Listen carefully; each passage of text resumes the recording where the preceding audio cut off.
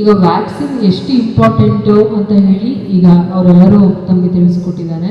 So ಈ vaccine ಸರ್ಕಾರದ ವತಿಯಿಂದ ನಾವು ಫ್ರೀಯಾಗಿ ಕೊಡ್ತಾ ಇದ್ದೀವಿ. ಆ್ಯಸ್ ದ ಮೇಡಮ್ ಸೆಟ್, ಹೊರಗಡೆ ನಿಮಗೆ ಜಾಸ್ತಿ ಹಣನ ಅದಕ್ಕೆ ಚಾರ್ಜ್ ಮಾಡ್ತಾರೆ.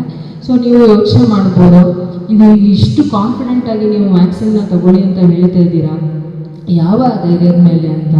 ಸೊ ನಮ್ಮಲ್ಲಿ control of diseases and prevention ಅಂತೇಳಿ ಒಂದು ಸಂಸ್ಥೆ ಇದೆ, ಮತ್ತು ವರ್ಲ್ಡ್ ಹೆಲ್ತ್ ಆರ್ಗನೈಸೇಷನ್ ಅಂತೇಳಿ ವರ್ಲ್ಡಲ್ಲಿ ಒಂದು ಸಂಸ್ಥೆ ಇದೆ. ಅವರು ಎಂಡೋಸ್ ಮಾಡಿ ರೆಕಮೆಂಡ್ ಮಾಡಿದ ನಂತರ ಬೇರೆ ಬೇರೆ ಕಂಟ್ರಿಗಳಲ್ಲಿ US ಇರ್ಬೋದು, ಸ್ಕಾಟ್ಲ್ಯಾಂಡ್ ಇರ್ಬೋದು, ಎಲ್ಲ ಕಡೆ ಇದು ಸತತವಾಗಿ 10 ಇಯರ್ಸಿಂದ ಟೆಸ್ಟಿಗೆ ಬಂದು ಎಕ್ಸ್ಪೆರಿಮೆಂಟ್ ಮಾಡಿ ಎಲ್ಲ ವ್ಯಾಲಿಡೇಷನ್ ಮಾಡಿ ಈ ವ್ಯಾಕ್ಸಿನ್ನ ನಾವು 9 ಇಯರ್ಸಿಂದ 15 ಇಯರ್ಸ್ ಈ ಸ್ಟ್ರೆಚ್ಚಲ್ಲಿರೋ ಮಕ್ಕಳಿಗೆ ನಾವು ವ್ಯಾಕ್ಸಿನನ್ನು ಕೊಡ್ತಾ ಇದ್ದೀವಿ. ಸೊ ಮೇಡಮ್ ಹೇಳಿದ ರೀತಿ ಅನ್ಹೆಲ್ತಿ ಹ್ಯಾಬಿಟ್ಸನ್ನು ನಾವು ಬಿಡಬೇಕು, ಮತ್ತು ಯಾವಾಗಲೂ ಈಟಿಂಗ್ ಫುಡ್ಡೇ ಮೆಡಿಸನ್ ಥರ ಇರಬೇಕು. ಮತ್ತು ಇಲ್ಲಿ ಎಷ್ಟು ಜನ ಪ್ಲಾಸ್ಟಿಕ್ ಬಾಟಲ್ ತರ್ತೀರಿ ಶಾಲೆಗೆ ನೀರು ಕುಡಿಲಿಕ್ಕೆ?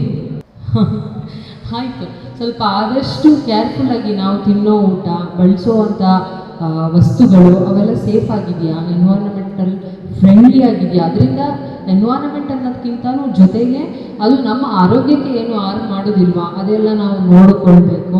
ಮತ್ತು ನೀವು ಇಲ್ಲಿ ಎಜುಕೇಟ್ ಆದರೆ ಮನೆಯಲ್ಲಿ ನಿಮ್ಮ ಪೇರೆಂಟ್ಸಿಗೂ ಸಹ ನೀವು ಎಜುಕೇಟ್ ಮಾಡ್ತೀರಿ, ನಿಮ್ಮ ಫ್ಯಾಮಿಲೀಸ್ಗೂ ಎಜುಕೇಟ್ ಮಾಡ್ತೀರಿ.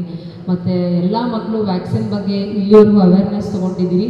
ಸೊ ಎಲ್ಲ ನೀವು ಬಾಯಿ ಮಾತಲ್ಲಿ ಎಲ್ಲರಿಗೂ ಸ್ಪ್ರೆಡ್ ಮಾಡಿ, ಇದೇನು ನಾವು ಕ್ಯಾನ್ಸರ್ ವಿರುದ್ಧ ಈ HPV ವ್ಯಾಕ್ಸಿನ್ನ ಇವತ್ತು ಒಂದು ಇಮ್ಯುನೈಸೇಷನ್ ಪ್ರೋಗ್ರಾಮ್ನ ಹಮ್ಮಿಕೊಂಡಿದ್ವಿ, ಅದಕ್ಕೆ ಸಕ್ಸಸ್ಫುಲ್ ಆಗಿ ಭಾಗವಹಿಸೋದಕ್ಕೆ ಧನ್ಯವಾದಗಳನ್ನ ಹೇಳ್ತಾ ನಾನು 2 ಮಾತು ಮುಗಿಸ್ತಾ ಇದ್ದೀನಿ. Thank you so much.